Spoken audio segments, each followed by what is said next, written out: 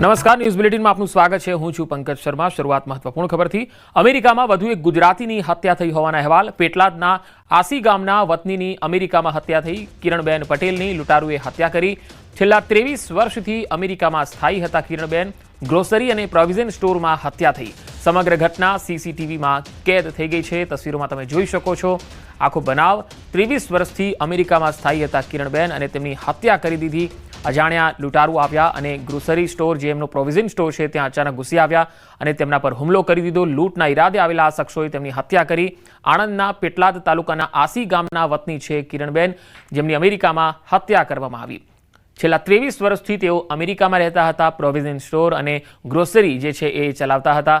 જો કે અચાનક સીસીટીવીમાં આખી આ ઘટના જે છે તમે જોઈ શકો છો। અચાનક જે લૂંટારુઓ આવ્યા અને તેમના પર હુમલો કરે છે, લૂંટના ઈરાદે આવે છે અને જે કિરણબેન છે તે તેમનાથી બચવાની કોશિશ પણ કરે છે, છતાં પણ આ જે લૂંટારુઓ છે તે તેમની હત્યા કરી અને ફરાર થઈ જાય છે।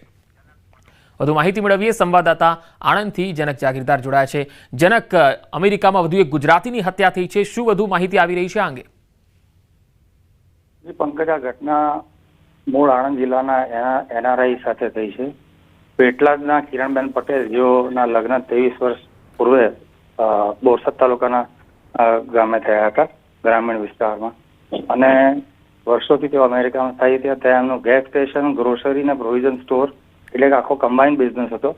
અને આ ઘટના બની છે એમની સાથે કે એમના જે સ્ટોર છે એની કેશ એ ગણતા હતા, ત્યારે મોડી રાત્રિના સમયે અજાણ્યા લૂંટારુઓ આવે અને ફાયરિંગ કરી અને એમનું મોત નિપજાઈ અને ચોક્કસ ત્યાં વિડીયોમાં પણ દેખાય છે કાર લઈને ફરાર થઈ ગયા હતા। સમગ્ર ઘટના અંગે હાલ અહીંયા એમના જે સાસરાનું જે ગામ છે ત્યાં અત્યારે કોઈ છે નહીં। એ તમામ લોકો ત્યાં સ્થાયી થયા છે અને એમના પેટલા જે એમનું પિયર પક્ષનું જે આરસીબી અમારે વાત થઈ ત્યાં એમના સ્થાનિકો સાથે, ત્યાં એમનું કહેવું છે કે આવતીકાલે શનિવારે, કારણ કે અમેરિકામાં તો 5 days વર્કિંગ હોય છે, શનિ રવિ રજા હોય છે, એટલે આવતીકાલે સવારે 11 વાગે એમનું જે ફ્યુનરલ છે, અંતિમ વિધિ હાથ ધરવામાં આવશે। જી જનક, આભાર માહિતી આપવા માટે।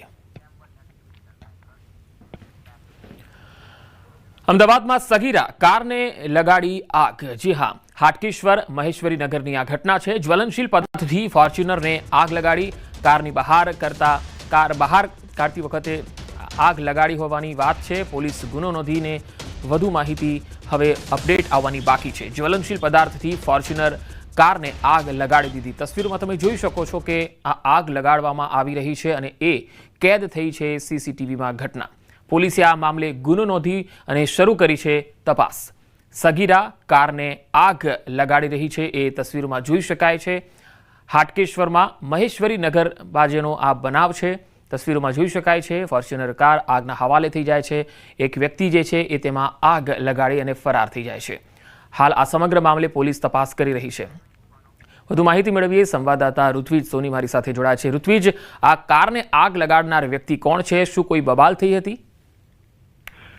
પંકજ, જે હાટકેશ્વર સ્મશાન પાસે આવેલ મહેશ્વરી નગર સોસાયટીનો આ બનાવ છે। ગઈકાલે આજે કાર માલિક છે તેણે પોતાની કાર છે સોસાયટીના નાકે પાર્ક કરી હતી, કારણ કે સોસાયટીમાં જે મંદિરની સાફ સફાઈનું કામકાજ ચાલી રહ્યું હતું તે એટલા માટે આ કાર છે તે સોસાયટી બહારના નાકે પાર્ક કરી હતી અને અચાનક જ એક સગીર છે જે 11 વર્ષની ઉંમરનો છે, તેણે આવીને કારના જે બોનેટ ઉપર કોઈ જ્વલનશીલ પદાર્થ નાખ્યો હતો અને ત્યારબાદ આગ લગાડી દીધી હતી। સમગ્ર ઘટના છે તે સીસીટીવી કેમેરામાં પણ કેદ થઈ હતી, જેના આધારે જે ફરિયાદી છે તેને સમગ્ર ઘટનાની જાણ પોલીસને કરી હતી અને ખોખરા પોલીસ દ્વારા આ મામલે ફરિયાદ નોંધીને વધુ કાર્યવાહી છે તે શરૂ કરવામાં આવી છે। જી ઋત્વિજ, આભાર માહિતી આપવા માટે। ઉત્તર પ્રદેશના કાનપુર વારાણસી રાષ્ટ્રીય ધોરીમાર્ગ પર ઝડપથી આવતી થાર કારમાં મુસાફરી કરી રહેલા લોકોનો માંડ બચાવ થયો। નવાબગંજના શૃંગવેરપુર નજીક ઝડપથી આવતી થાર કાર ડિવાઈડર સાથે જોરદાર અથડાઈ ગઈ। આ ઘટના સીસીટીવીમાં પણ કેદ થઈ। આ સમયે જો કોઈ વાહન પાછળથી આવી રહ્યું હોત તો મોટી દુર્ઘટના થઈ હોત। જો કે હાઈવે પર ગતિ મર્યાદા નક્કી કરવામાં આવી છે। આ રૂટ પર કેમેરાના અભાવે લોકો હાલમાં ઓવર સ્પીડથી જઈ રહ્યા છે। તો તસવીરોમાં તમે જોઈ શકો છો કાનપુર વારાણસી રાષ્ટ્રીય ધોરીમાર્ગનો આ બનાવ છે। મુસાફરી જે કરતા હતા થારમાં, એમનો માંડ જીવ બચ્યો છે। કેવી રીતે ગફલતભરી રીતે અને ફૂલ સ્પીડમાં આ થાર કાર આવી રહી છે, ડિવાઈડર સાથે અથડાય છે। ઓવર સ્પીડિંગના કારણે આ અકસ્માત થયો છે। સેવન્થ ડે સ્કૂલ નયન હત્યા મામલો સ્કૂલ ઓફલાઈન શરૂ કરવા વાલીઓ રજૂઆત કરશે. જિલ્લા શિક્ષણ અધિકારીને રજૂઆત કરાશે. વાલીઓ સફેદ કપડાં પહેરીને શાળા શરૂ કરવા માટેની રજૂઆત કરશે. હાઈકોર્ટના આદેશ બાદ શાળા શરૂ કરવાની માંગ છે. શાળાએ જરૂરી દસ્તાવેજ જમા કરાવવામાં આવતા હવે શાળા શરૂ કરવી જોઈએ તેવી માંગ છે. તો હાઈકોર્ટના આદેશ બાદ શાળા શરૂ કરવાની હવે માંગણી છે. સેવન્થ ડે સ્કૂલમાં જે નયનની હત્યા થઈ હતી આ મામલે સ્કૂલ પર જે આક્ષેપો લાગ્યા હતા ત્યારબાદ મામલો હાઈકોર્ટ સુધી પહોંચ્યો હતો. સ્કૂલ બંધ રહી હતી, શૈક્ષણિક કાર્ય બંધ રહ્યું હતું, પણ હવે વાલીઓની રજૂઆત છે કે હવે શાળા શરૂ થાય. વડોદરામાં પાણીપુરી માટે તાઇફો થઈ ગયો. શહેરના સુરસાગર પાસે આ વિચિત્ર બનાવ બન્યો જ્યાં ઓછી પાણીપુરી આપવામાં આવતા મહિલાનું મગજ ફરી ગયું અને મહિલાએ રસ્તા પર બેસીને લારી બંધ કરાવવા માટે જીદ પકડી લીધી. ઓછી પાણીપુરી મળતા એક મહિલા ગુસ્સે થઈને રસ્તા પર જ બેસી ગયા. 20ની 6 આપતી પાણીપુરીની જે લારી ચાલક છે એની જગ્યાએ તેણે 20ની 4 જ પાણીપુરી આપી. એટલે આ મહિલા જીદે ચડી કે 6ની જગ્યાએ 4 કેમ આપી અને રોડ પર વચ્ચોવચ્ચ બેસી જતા હાઈ વોલ્ટેજ ડ્રામા સર્જાઈ ગયો. મહિલા એવી જીદે ચડી કે પાણીપુરીની લારી તો હું બંધ કરાવીને જ રહીશ, એ પણ એટલા માટે કારણ કે તેણે 6ની જગ્યાએ માત્ર 4 પાણીપુરી આપી. આ વિચિત્ર બનાવ પોલીસે ઘટના સ્થળે પહોંચીને મહિલાને મહા મુસીબતે સમજાવી આખરે પાણીપુરીવાળા અને મહિલા વચ્ચે સમાધાન કરાવ્યું. આવા પણ બનાવો વડોદરા જેવા સ્માર્ટ નગરની અંદર બની રહ્યા છે.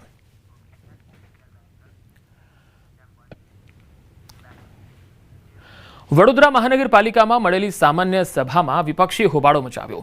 સત્તાપક્ષના કાઉન્સિલરોએ જીએસટી વિષય પર અભિનંદન આપતા વિપક્ષનો હોબાળો મચી ગયો. શહેરના પ્રશ્નોને લઈને યોગ્ય ચર્ચા કરવાની રજૂઆત સાથે વિપક્ષે હોબાળો મચાવ્યો. વિપક્ષના 7 કાઉન્સિલરોએ સભાનો એજન્ડા ફાડી નાખ્યો. મેયરે સભામાંથી ચાલતી પકડી અને વિપક્ષે ઘેરાવ કર્યો. મેયર પિંકીબેન સોની સામે વિપક્ષે રોષ વ્યક્ત કર્યો.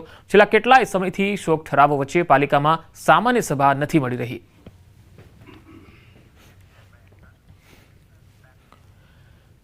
જંગલના રાજા સિંહને શ્વાને હંફાવ્યો. જૂનાગઢના પાતાપુરના આધાર સિમેન્ટ ફેક્ટરી પાસેનો આ બનાવ. ફેક્ટરી નજીકથી રાત્રિના 9 વાગ્યા આસપાસ સિંહ પસાર થયો. ફેક્ટરીમાં રહેલા શ્વાને સિંહ પાછળ દોટ લગાવી. શ્વાન ઊભો થઈને સિંહ પાછળ દોડ લગાવતા સિંહ ભાગી છૂટ્યો.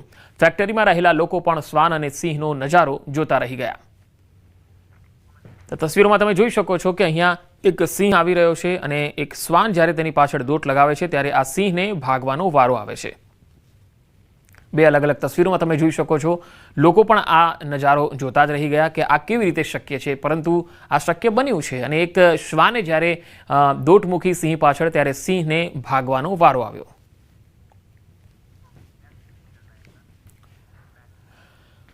વડોદરામાં વાઘોડિયા દેવકાંઠા વિસ્તારમાં દીપડાનો આતંક સામે આવ્યો. અહીંયા દંખેડા ગામે પશુનું મારણ કર્યું જ્યારે વલવા ગામે રાત્રે પશુ પર હુમલો કર્યો. દીપડાની રાત્રે તો ઠીક પરંતુ દિવસે પણ હિલચાલ જોવા મળતા પશુપાલકો સહિત ખેડૂતોમાં પણ ફફડાટ છે. ઘટના અંગે વાઘોડિયા વન વિભાગે કામગીરી હાથ ધરી છે. દેવ નદી કાંઠાના વલવા, આશા, મુવાડા, ગોડાદરા, સાંગડોલ અને વ્યારા ગામની સીમમાં દીપડાની હિલચાલ જોવા મળી. તાલુકાના ગ્રામજનોએ પાંજરા મૂકવાની માંગણી કરી છે. દંખેડા ગામે સંજયભાઈ ફતેહસિંહ પરમારના પશુનું મારણ કર્યું. જાંબુઘોડાના જંગલનો વિસ્તાર વાઘોડિયાના જંગલો અને ડુંગરને જોડતો હોવાથી દીપડાના આંટાફેરા વધી ગયા છે.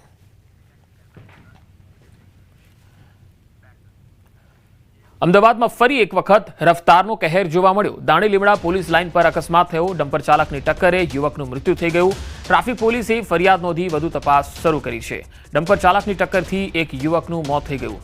અમદાવાદમાં વારંવાર વધી રહ્યા છે અકસ્માત. ડમ્પર ચાલક વારંવાર લોકોને અડફેટે લે છે, ક્યારેક વાહનોને, ક્યારેક રાહદારીઓને. ટ્રાફિક પોલીસે ફરિયાદ નોંધીને હવે તપાસ હાથ ધરી છે. દાણી લીમડાનો આ બનાવ છે.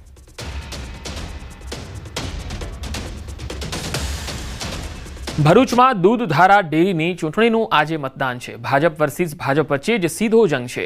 નર્મદા જિલ્લાના 14 ઉમેદવાર વચ્ચે મતદાન થશે. 115 મતદારો મતદાન કરવાના છે. રાજપીપળા એપીએમસીમાં મતદાન મથક છે. દૂધધારા ડેરીના ચેરમેન ઘનશ્યામ પટેલ પોતાનો મત રાજપીપળાના એપીએમસી ખાતે આપશે.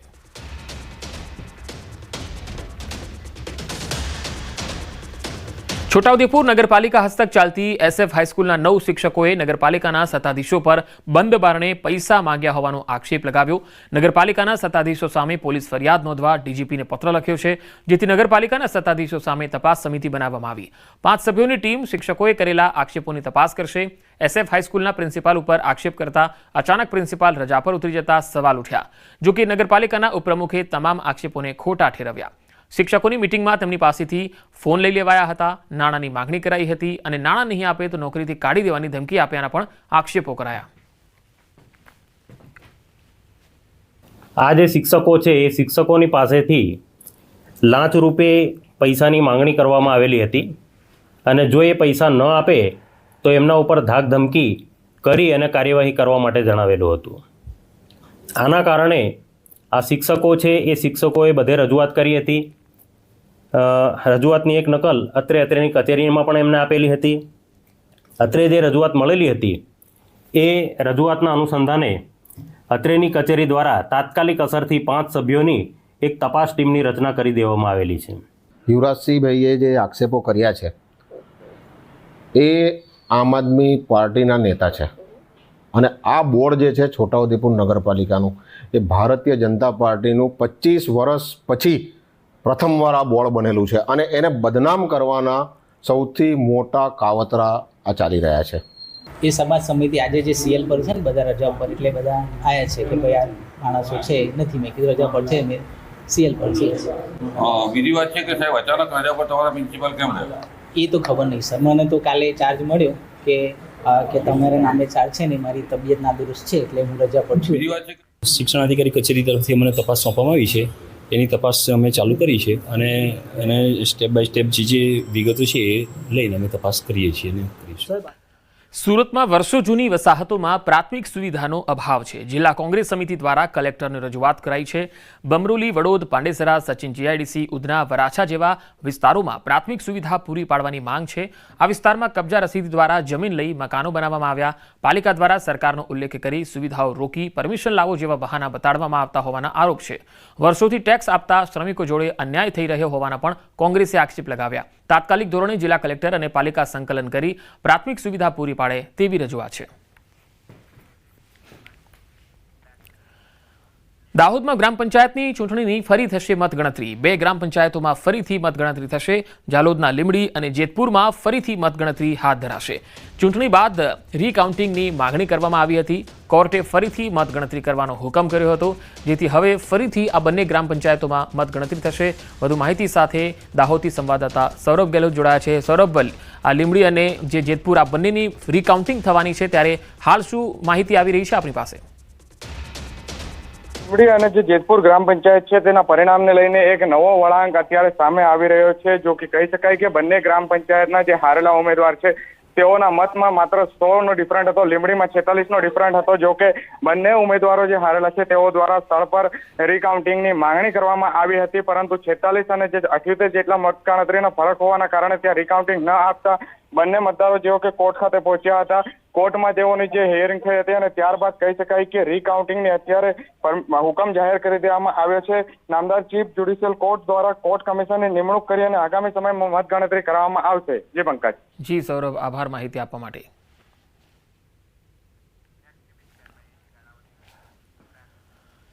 કર્ણાવતી ક્લબ ચૂંટણી પહેલા વિવાદમાં આવ્યું. છેલ્લા ઘણા સમયથી કર્ણાવતી ક્લબનો વહીવટ બિનજવાબદારપૂર્વક થયો હોવાના આરોપો લાગી રહ્યા છે. ડિરેક્ટર પદના ઉમેદવાર ડોક્ટર કૃષ્ણ મકવાણા અને પૂર્વ ડિરેક્ટર રહી ચૂકેલા વિરલ પટેલે વર્તમાન મેનેજમેન્ટ પર આક્ષેપો લગાવ્યા.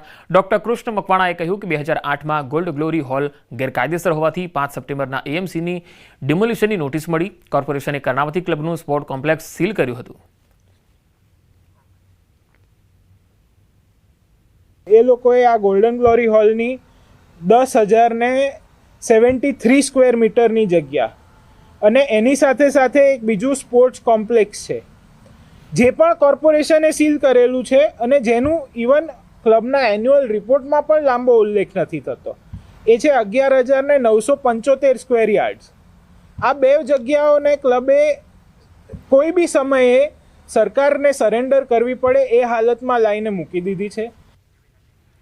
તો ક્લબ કેર ફેમિલીના ઉમેદવાર વિરલ પટેલે કહ્યું કે કર્ણાવતી ક્લબ કોઈ પ્રાઇવેટ લિમિટેડ કંપની નથી. તમામ સભ્યો ક્લબના માલિકો છે.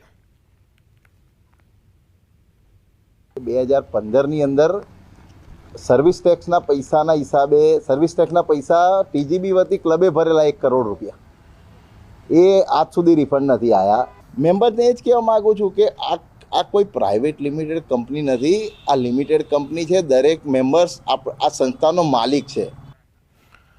મુંબઈના બીકેસીમાં એપલ સ્ટોરની બહાર આઈફોન 17 ખરીદવા માટે મોટી સંખ્યામાં ભીડ જામી. સવારથી લોકો લાઈન લગાવીને બેઠા છે. એવામાં ધક્કામુક્કી બાદ ઝપાઝપી અને છૂટા હાથની મારામારી પણ થઈ હતી. તસવીરોમાં જોઈ શકાય છે કે આઈફોન ખરીદવા માટે સવારથી લોકો લાઈન લગાવીને બેઠા છે. ગુજરાતથી પણ ઘણા લોકો ગયા છે જે આઈફોન 17 ખરીદવા માટે મોડી રાતથી જ કતારોમાં જોવા મળ્યા. જોકે ખરીદી વખતે અહીંયા ભીડ વધી જતા ધક્કામુક્કી પણ થઈ હતી. તસવીરોમાં જોઈ શકાય છે કે કેટલાક લોકો છૂટા હાથની મારામારી પણ કરતા જોવા મળ્યા. તો મુંબઈમાં સવારથી જ લોકો આ ફોન ખરીદવા માટે આઈફોન 17 ખરીદવા માટે મોટી મોટી કતારોમાં લાગેલા જોવા મળ્યા અને ભીડ એટલી વધી ગઈ કે લોકો અકળાવા લાગ્યા, મારપીટ થવા લાગી, સુરક્ષા કર્મીઓ સાથે ઝપાઝપી થવા લાગી. સવારથી લોકો કતારોમાં હતા. કેટલાક લોકો મોડી રાતથી અહીંયા આવી પહોંચ્યા હતા કારણ કે તેમને આઈફોન 17 ખરીદવો હતો. આટલું ઘેલું, આટલો બધો ક્રેઝ લોકોનો જે છે એ તમે જોઈ શકો છો કે કેવી કેવી લાંબી કતારોમાં લોકો ઊભા રહેવા મજબૂર થઈ જાય છે.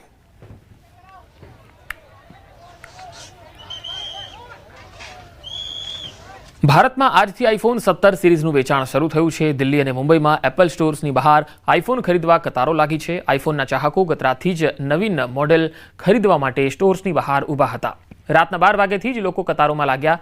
નવી દિલ્હીમાં સિલેક્ટ સિટી મોલની બહાર મોટી સંખ્યામાં ગ્રાહકો જોવા મળ્યા. આઈફોનની કિંમત 82,900 થી 2,29,900ની વચ્ચે છે. કંપનીએ આઈફોન એર શ્રેણી પણ લોન્ચ કરી છે જે 5.6 મિલીમીટર જાડાઈ ધરાવે છે અને ફક્ત ઈ સિમને સપોર્ટ કરે છે. આઈફોન 17 પ્રો 256 GB, 512 GB અને T1 TBમાં ઉપલબ્ધ છે. ભીડને નિયંત્રિત કરવા માટે સ્ટોર પર સુરક્ષા કર્મચારીઓ તૈનાત કરવામાં આવ્યા. તો બે અલગ અલગ તસવીરોમાં તમે જોઈ શકો છો કે દિલ્હીમાં લોકો મોટી સંખ્યામાં આઈફોન ખરીદવા માટે લાઈનોમાં લાગ્યા છે, કતારોમાં ઊભા છે અને કેટલી લાંબી લાઈન છે. એવું નથી કે અહીંયા 50-60 લોકો છે, પરંતુ અહીંયા કમસે કમ 1000થી 2000 જેટલા લોકોના ટોળા જે છે એ રાત્રિથી જ જોવા મળી ગયા હતા. એમને આઈફોનના ચાહકો છે જેમને અદ્ભુત ક્રેઝ છે આઈફોન ખરીદવાનો અને 82,000ની કિંમત અને 2,29,000 સુધીની કિંમત હોવા છતાં લોકો લાઈનો લગાવે છે આ વસ્તુ ખરીદવા. વધુ સમાચારો જોઈશું એક બ્રેક બાદ. ક્રોપ સર્વે ખેડૂતો માટે માથાનો દુખાવો બન્યો છે. ટેકાના ભાવની નોંધણી પ્રક્રિયાને વધુ સચોટ બનાવવા ડિજિટલ ક્રોપ સર્વે બનાવાયો છે. આ સિસ્ટમ અંતર્ગત ખેડૂતના સર્વે નંબરના ખેતરનો ફોટો એપ્લિકેશનમાં અપલોડ કરવાનો હોય છે જેને સેટેલાઇટ ઇમેજ સાથે સરખાવાય છે. પરંતુ જિલ્લાના 1.10 લાખથી વધુ ખેડૂતોએ નોંધણી કર્યા બાદ 8,800 જેટલા ખેડૂતોને ખેતરમાં પાક દેખાતો નથી એવા મેસેજ મળ્યા છે. જેનાથી ખેડૂતોમાં નોંધણી રદ થવાનો ભય ફેલાયો છે. જેને લઈને જિલ્લાના ખેતીવાડી અધિકારીને પૂછવામાં આવતા તેમણે કહ્યું છે કે ચિંતા કરવાની જરૂર નથી. જે ખેડૂતોને મેસેજ મળ્યા છે તેની યાદી તૈયાર કરી છે. ગ્રામ સેવક તે ખેડૂતના ખેતરમાં જઈને સર્વે કરશે જેથી આ સમસ્યાનો ઉકેલ આવી જશે. તેમણે આ પદ્ધતિને અસરકારક અને ઉપયોગી ગણાવી. ડિજિટલ સર્વે દ્વારા ખેડૂતોને જ યોજનાનો લાભ મળશે અને ખોટા તત્વોને ઓળખી શકાશે. તો આ તરફ કિસાન ક્રાંતિ ટ્રસ્ટના સભ્ય દ્વારા ઓછો સ્ટાફ અને ભ્રષ્ટાચારના આક્ષેપો કરાયા. ટેકાના ભાવ સહિતનો વહીવટ સીધો બેંક ખાતામાં કરવાની માંગ કરી. હાલ તો ખેડૂતોની ડિજિટલ સમસ્યાનો ઉકેલ ક્યારે મળે છે તે જોવું રહ્યું. ટેકાના ભાવે રજીસ્ટ્રેશન કરાવ્યું છે પણ જે પાક દર્શાવ્યો છે અમે અને અમારે જે પાક છે તે આવ્યો નથી, એ સેટેલાઇટમાં દેખાતો નથી.